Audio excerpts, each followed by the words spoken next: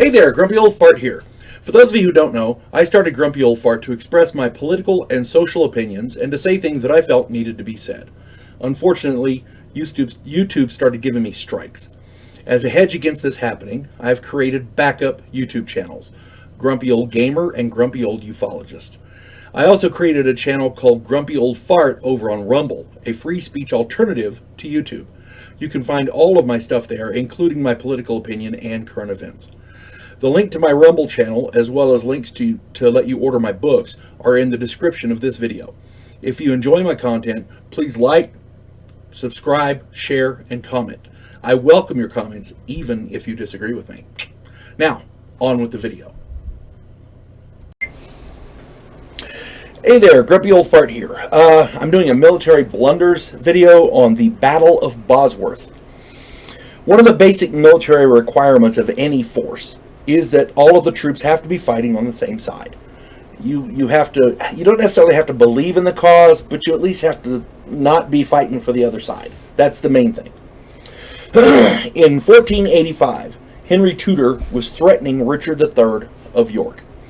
Henry had around 5,000 men, including 2,000 mercenaries he'd acquired on a recruitment trip through Wales. A lot of them were French, and they were good mercenaries. They were very experienced men. Richard had a force in excess of over 10,000.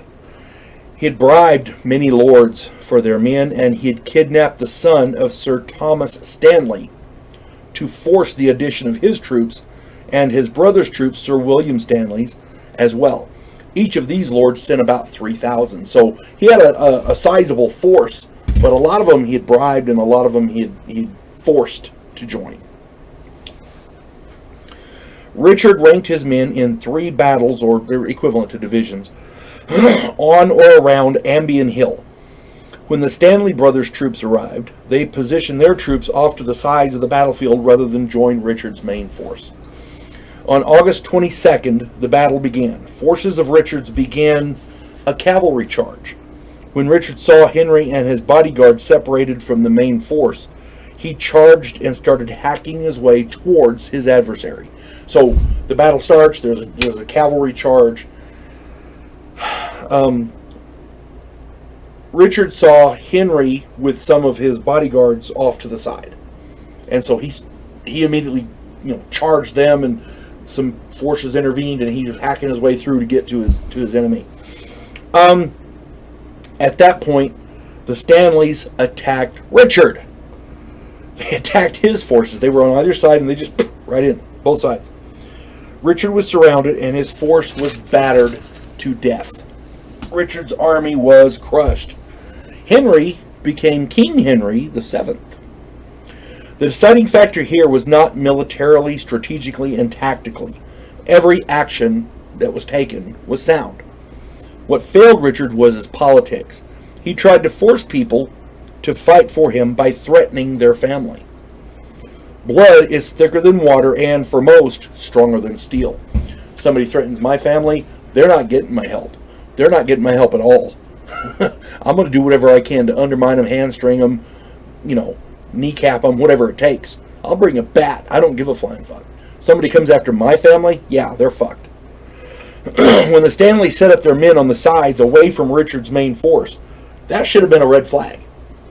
I don't know if the Stanleys were in contact with Henry, but even if they were not, the effect could not have been much worse for Richard. Your troops have to be committed to your cause. Not necessarily as in, yes, we want this man to, they have to be willing to fight for you. If they're your men, they have to be willing to die for you. They have to be committed in that respect. If you're going onto a battlefield, you have to believe in the cause. You may not have to believe in that person, but you have to believe in the cause enough to fight the other side. You see what I'm saying? If the troops fighting for you are not loyal to your side, at least, you're done. Period. When your own troops turn on you, you're done. That's all there is to it. And that was the politics is what failed Richard. It wasn't the military strategy or tactics. It was the politics. And when you're building an army, politics matters. That's all there is to it. Hope this finds everybody well. You folks have a good day. God bless one and all.